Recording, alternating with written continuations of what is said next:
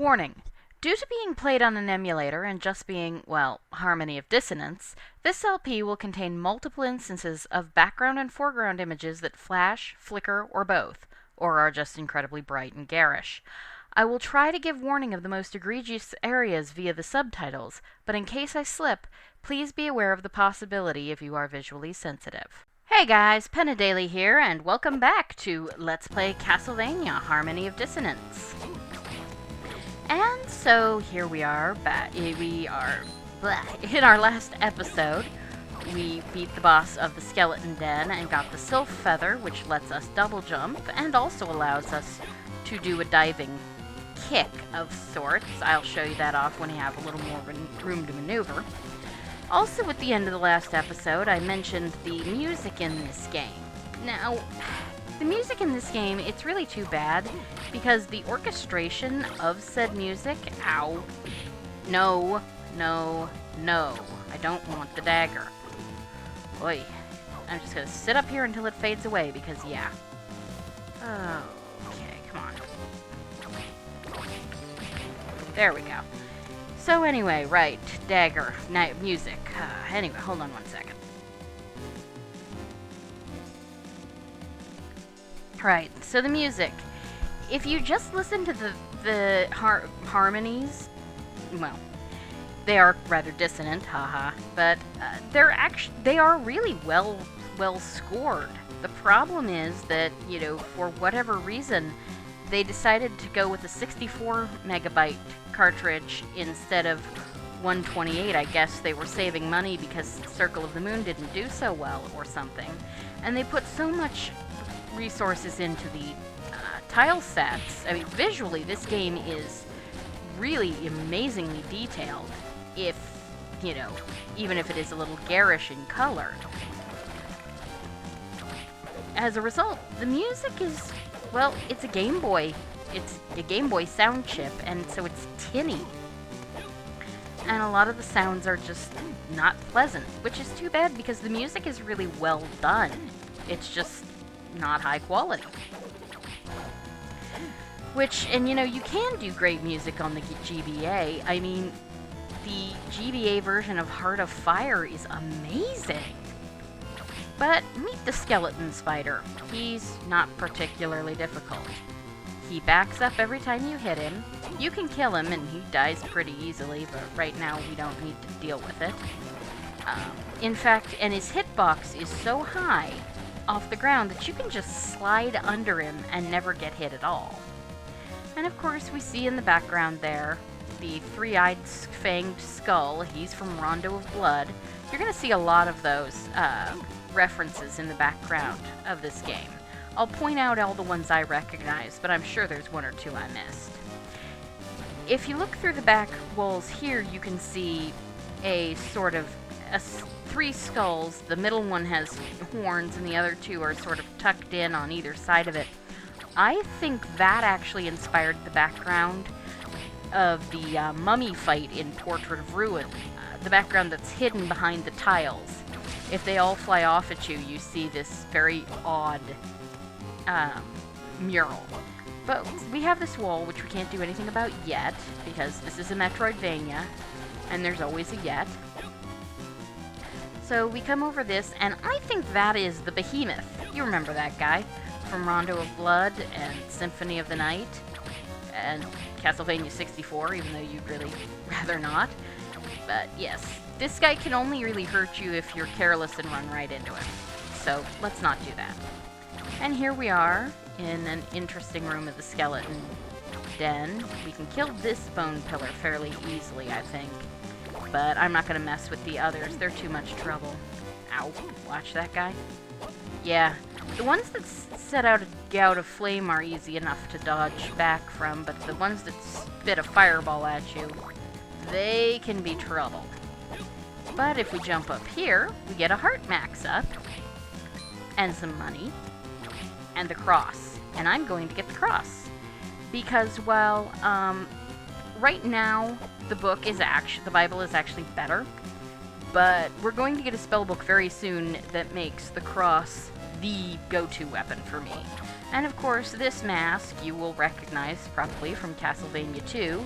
That is Carmilla. You have to kill her to get the cross. So now that we've finished up everything in here, we can head out, kill this guy again, because he gives fairly nice XP, so why not? He can't really hurt us, so just keep whipping him. Alright. And we go this way. Let's see. Up here, and as I said, now if you hit this guy, he's going to try and back into you. You don't want to deal with that, so just slide under him. And then you can kill him from the front if you want, or just head out. And we'll head out of the skeleton den. Now the thing with this game is that it is really quite easy, and you don't really need to level grind. There are a couple places that are sort of like, that you can sort of mini grind. Oh, right, meet the ice cross. It's sort of like a turret. No, I'm not using the fist. And it will shoot at your enemies. There, and it has three attacks worth in it. The problem is it's not always that accurate. For the most part it is, but sometimes it will shoot in completely the other direction, and you can't tell it which enemy to target. So if you felt the skeleton rib was more dangerous than the peeping eye, you'd better hope that the cross decides to target it first. Now we could go through there, which is where, you know, the next area to continue on with the plot is, but that's not where we want to go. First, we want to put down some furniture. So, let's see. And if we go to our secret info, our collectibles, we can see info on the furniture. A wooden chair of excellent workmanship. Side tables add a nice accent to any room. Symbol of the rich. I feel as if I'm being watched. And of course, when we come out, we can see that the stuffed stag does appear to be watching us. So Juste will have interesting little comments on all of the bits of furniture you put down, which can be amusing. You want to keep stopping off in there, because if you don't place all the furniture, you don't get the reward for 100%ing that quest. So, and while it is a tiny, tiny reward, ha! Sorry, that guy tends to sneak up on me, and I really, really don't want to get stun-locked by that stupid ectoplasm again. Alright, let's keep going. So, we head up. I said we head up. And this area, of course, this area is still technically part of the castle treasury. And it's full of skeletons, which tells you that, you know, not only can we go here now, they probably expected you to try and make your way through here first before you even went into the skeleton den. Because it's a pretty standard Metroidvania exploration thing. Go through every place that doesn't require you to go through a door first. So we kill all of these guys, and of course, as you see, I'm only filling up about half the room, because we're going to come right back down here after we go all the way up. And so at that point, you know, we'll get that half of the room. It's quite easy to do. You just go down the elevator. So we come up here and we get another heart max up, which is very nice.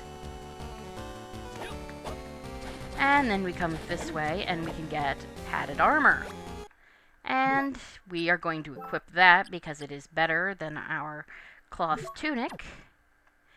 The summer clothes, of course, that we picked up they boost your int, but not your defense.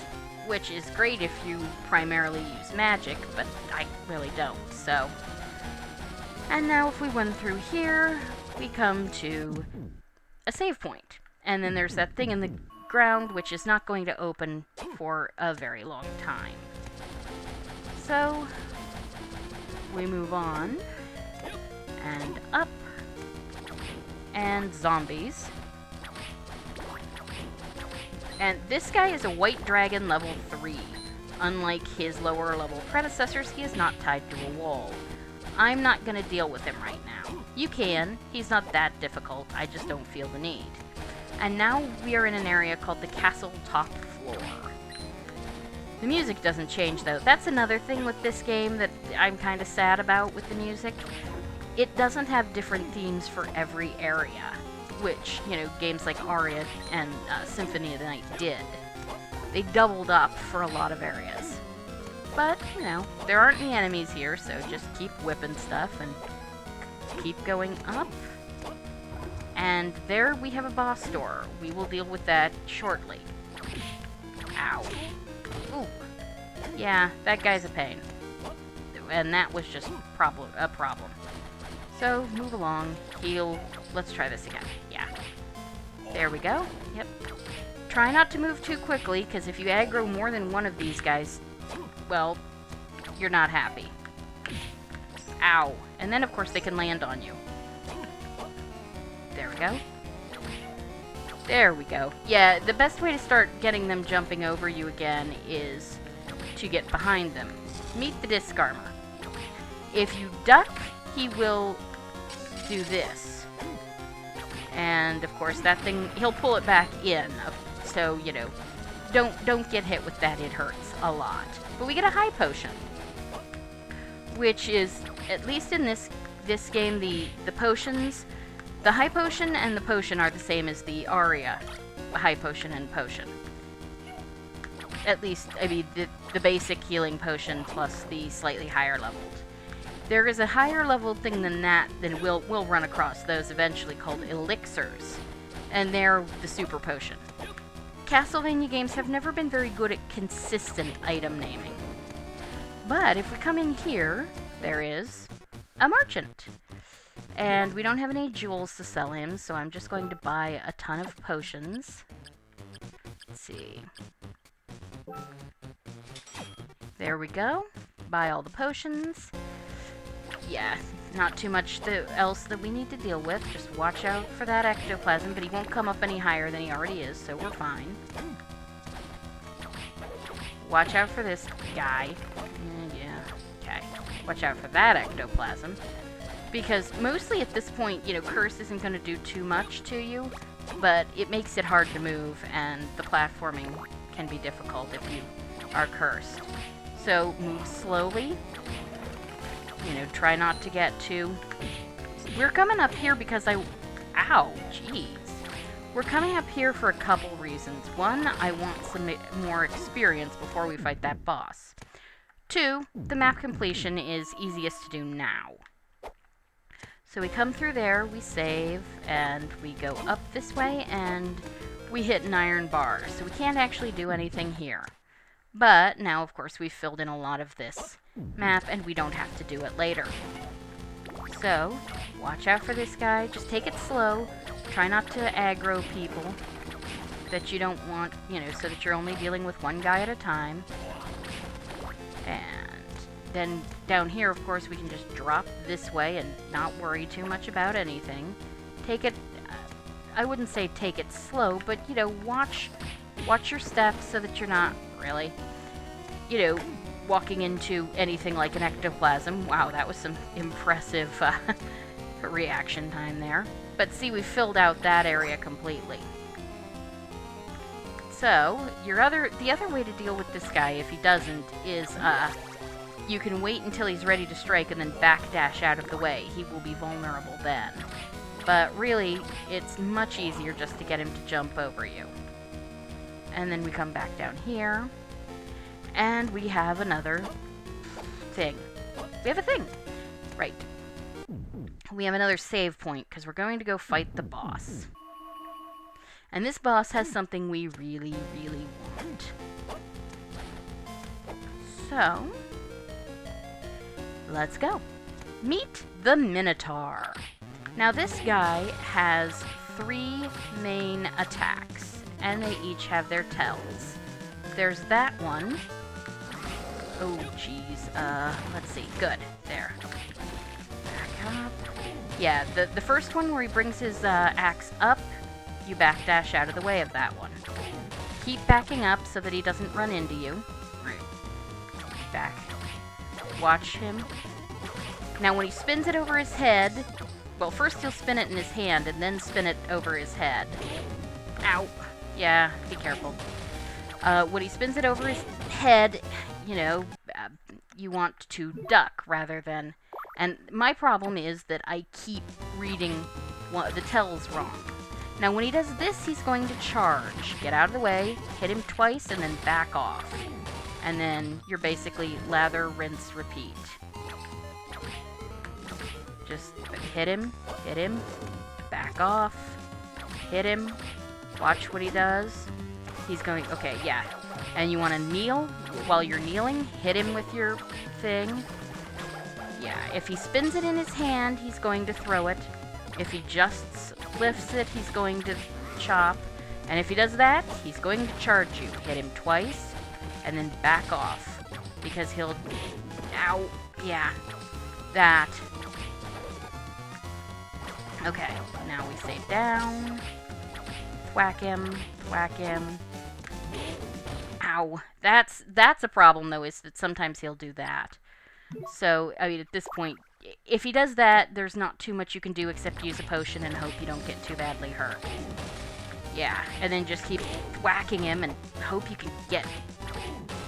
You know, keep hitting him and you can hopefully back him off. And he dies. So, yeah. The Minotaur is... He's not a difficult boss unless he corners you. Try not to let him corner you.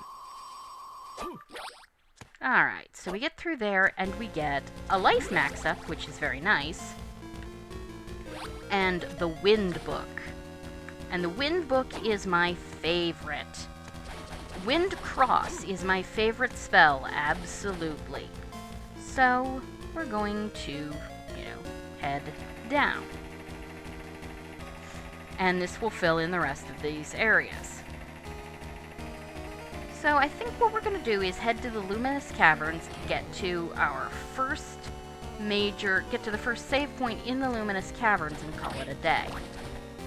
So, we'll just drop here. Yeah, let's see.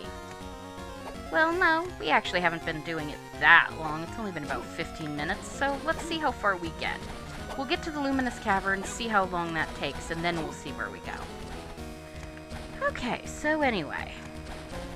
The Wind Book, as I said, Wind Cross. Let me show you Wind Cross. And each of those crosses will hit three different times. And of course, you see we can't go through there yet. Now the thing is, they'll hit candles too. But they each have a durability of 3. They will hit things 3 different times before they fade away. But it's really quite nice because, well, you can just stand here and things die. They die pretty quickly, which, it means that the ectoplasms and other things you don't have to worry about quite as much. And it doesn't take a whole heck of a lot of magic, and, it lasts basically until they go away. Oh, shoot. Yeah, no, I don't want the dagger. So, now we're in the Luminous Caverns, which has bats, ow, and axe armors. Just keep whacking them. You can knock their axes out of the air with your whip, and they'll usually, you can also, they'll either throw it or sometimes they'll actually try and hit you with an overarm swing. The overarm swing you probably want to do a backdash, whereas with a throw you can knock the whip out of the air. So, they're just, they're axe armors. They're your basic early level tanks. So we come through here. Kill this guy. One of the nice things, of course, is that you can stay low enough that he can't really hurt you. And that is very nice. Meet the witch. She throws ice spells, and, she only takes 3 hits, so she's not that horrible right now. But those ice spells can be pretty nasty, so make sure you hit her. We can't go through that way, obviously, but if we come up here, we can get a turquoise. Yeah, that's what they look like. The gems are all really big in this game. But, okay, we move along here. Meet the Man-Eater. Those blue things it shoots out are poison. Don't let it hit you. Unlike in Aria of Sorrow, poison in this game is nasty. if you get hit, you'll lose two bits of health per second, I think. And it takes a little while to wear off. And it can really, and the save point, while it will refill your health, will not heal the poison. So you will still be poisoned. You don't want to deal with that. Alright, so that's been about 20 minutes, so I think I'm going to call it here for now. Thank you for joining me, and you guys have a great day. I will see you next time. Goodbye.